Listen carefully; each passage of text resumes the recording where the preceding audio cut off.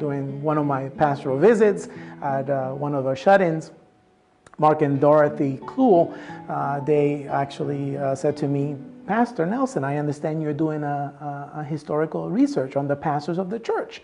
And then I said, "Yes, I am." To which then she says, "The fourth pastor was my granddaddy." So I said, "Oh, really?" And she says, "His name is Stephen Albion Repass, and he was at Gettysburg during the war." So then that drew more interest as I was doing the 150th anniversary for the congregation at the time, and decided to, after I was done with that project, to do more research on Stephen Albion Repass. I found out that Stephen Albion Repass was a lieutenant in the Confederate State Army, Virginia.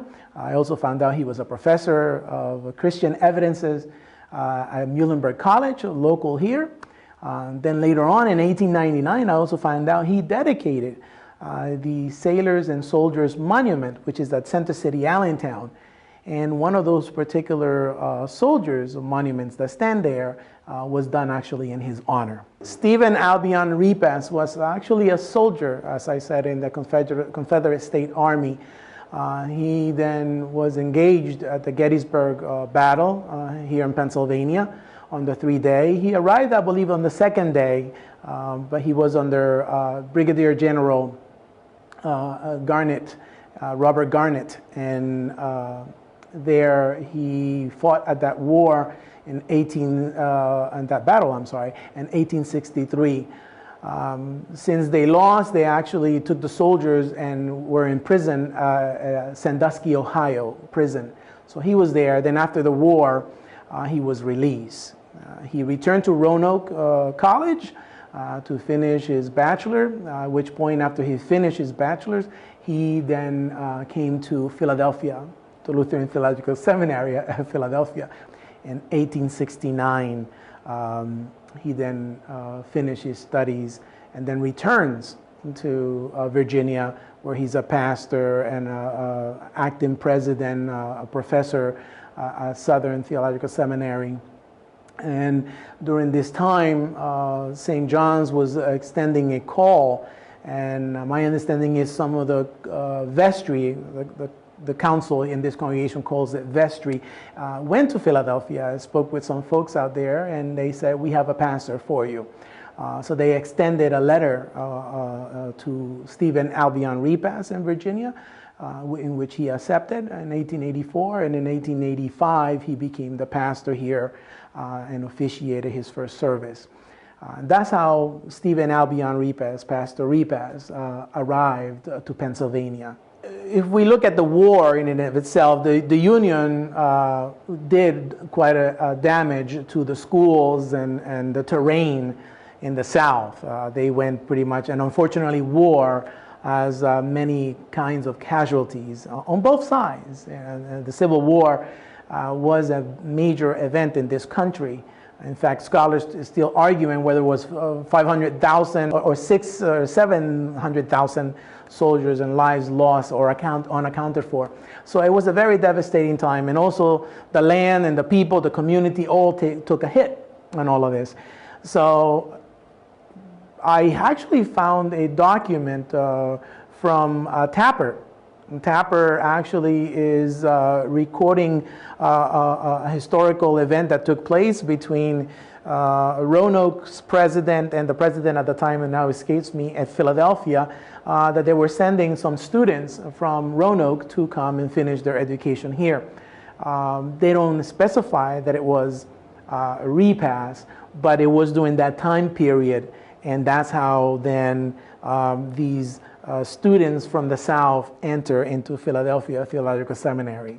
I discovered the scabbard and sword and the buttons of his uniform by doing my pastoral visits with Mark and Dorothy Kluhl.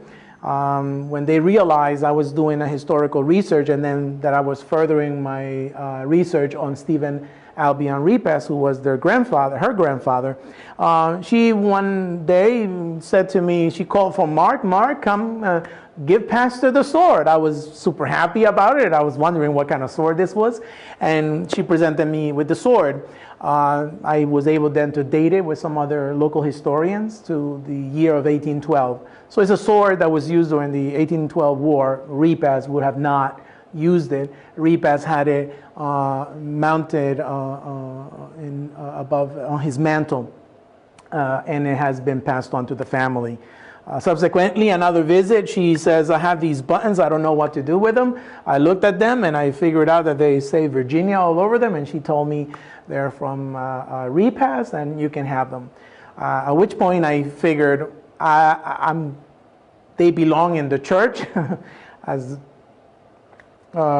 ironic, or maybe not ironic, I'm trying to look for the word, a sword that brings violence, and you know, a gentleman who was in the war, but I felt it belonged in the church. I talked to the vestry of the church and told them that this would be something that belongs here as more as a historical artifact, given that Repass is not only a Lutheran pastor, but it was also a historical figure in a very important time in the history of America.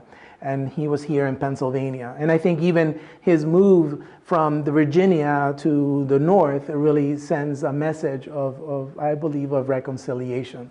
While his heritage dates back to the 1700s here in Pennsylvania, his family was already living in Virginia during that period at that time. They were just sort of passing by, and then he then comes up here.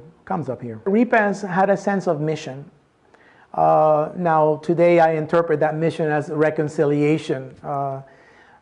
In the Church Review, the editor at the time said that Repass was this beloved disciple, this image of John. And it's a person then who loves. And I think there is this sort of movement from this soldier who believes that he has moving forward. But then when he becomes this pastor, in the process, his vision is broader. Again, his ministry to India, his ministry to Puerto Rico, his ministry with the Home Foreign Women's Society, there was a great movement at the time as well. He embodies all of it. And then in his writings, and then in the community, I think it becomes a sense of not only a new life as someone who has lost in the war, but also a new life in God's family, and seeing it in a wider picture. Like I said, in one of his writings, he also comments about the mistreatments to the African Americans, and he feels that there needs to be a ministry done for them as well. So he really goes on and beyond. Now, I do need to say one part that I did find in the Call Chronicle. I believe today would be the Morning Call. At that time, the writers never put their names on it, but it is quoted that when he was at Gettysburg during the war, and he saw the open field, that he saw the end coming at the war of the Confederacy. But my question to that then is that the actual quote, or is that the actual sentiment of the writer?